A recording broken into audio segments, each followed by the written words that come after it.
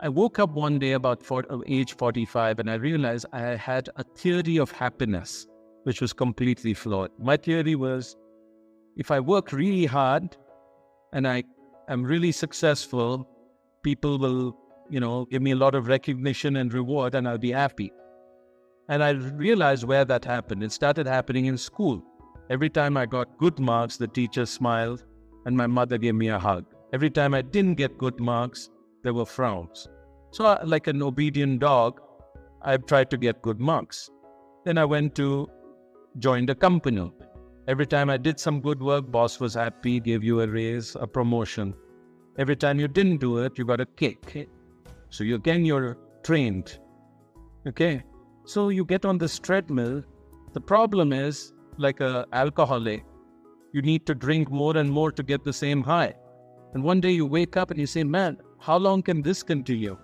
I'm no longer enjoying this. I'm no longer happy. So I spent 10 years reading about the literature from different religious faiths. I went through counseling to understand this issue of happiness. First of all, happiness has nothing to do with success or achievement or what you have in your life. We all know people who have everything and are miserable. We all equally know people who have nothing, but they're always smiling. So it's an attitude. It's a psychologist called this synthetic. Synthetic means it's made, manufactured by our mind. And so the trick here is to control your thoughts. The second thing I learned painfully is the more you think about yourself, the more unhappy you're likely to be. The more you lose yourself, the more happy you are. So you can only be happy if you forget about yourself. It's been a very good lesson for me. The third one is acceptance. And, there was a beautiful moment for me when the shoe dropped. Irfan Khan, the actor, he was dying, very young, cancer.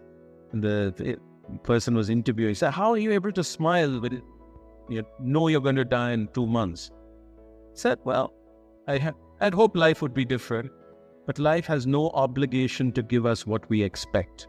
And then I put that with Dalai Lama, who said, happiness comes from liking what we have rather than having what we like.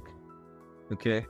So this is very hard for me because I used to think, I wish I were a big CEO of a big company like Satya Nadella at Microsoft. Okay? Why have I not become that? And I used to go a little crazy. Then I realized